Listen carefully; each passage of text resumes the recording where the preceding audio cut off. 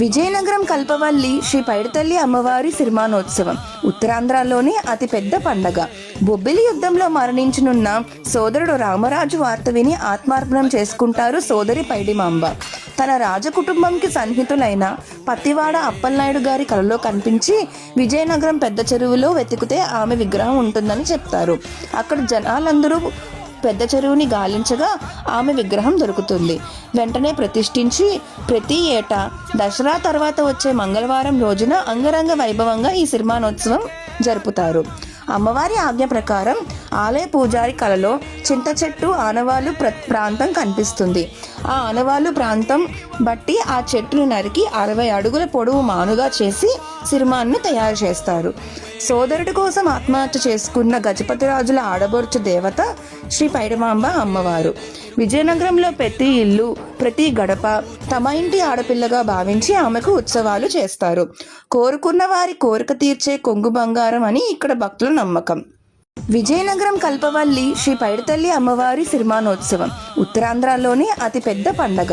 బొబ్బిలి యుద్ధంలో మరణించనున్న సోదరుడు రామరాజు వార్త విని ఆత్మార్పణం చేసుకుంటారు సోదరి పైడిమాంబ.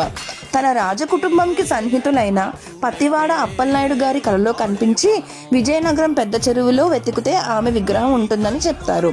అక్కడ జనాలందరూ పెద్ద చెరువుని గాలించగా ఆమె విగ్రహం దొరుకుతుంది. వెంటనే ప్రతిష్ఠించి ప్రతి ఏటా దసరా తర్వాత వచ్చే మంగళవారం రోజున అంగరంగ వైభవంగా ఈ సిరిమానోత్సవం జరుపుతారు. అమ్మవారి ఆజ్ఞ ప్రకారం ఆలయ పూజారి కలలో చింత చెట్టు ఆనవాలు ప్రాంతం కనిపిస్తుంది. ఆ ఆనవాలు ప్రాంతం బట్టి ఆ చెట్టును నరికి 60 అడుగుల పొడవు మానుగా చేసి సిరిమాన్ను తయారు చేస్తారు. సోదరుడి కోసం ఆత్మహత్య చేసుకున్న గజపతిరాజుల ఆడబొడుచు దేవత శ్రీ పైడిమాంబ అమ్మవారు. విజయనగరంలో ప్రతి ఇల్లు ప్రతి గడప తమ ఇంటి ఆడపిల్లగా భావించి ఆమెకు ఉత్సవాలు చేస్తారు. కోరుకున్న వారి కోరిక తీర్చే కొంగు బంగారం అని ఇక్కడ భక్తుల నమ్మకం.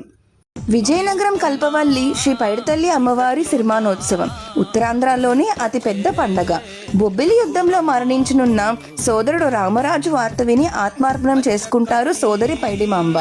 తన రాజకుటుంబంకి సన్నిహితులైన పత్తివాడ అప్పలనాయుడు గారి కలలో కనిపించి విజయనగరం పెద్ద చెరువులో వెతికితే ఆమె విగ్రహం ఉంటుందని చెప్తారు.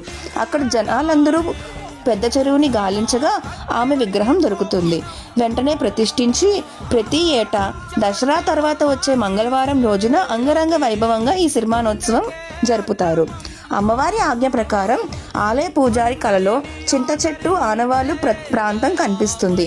ఆ ఆనవాలు ప్రాంతం బట్టి ఆ చెట్టును నరికి 60 అడుగుల పొడవు మానుగా చేసి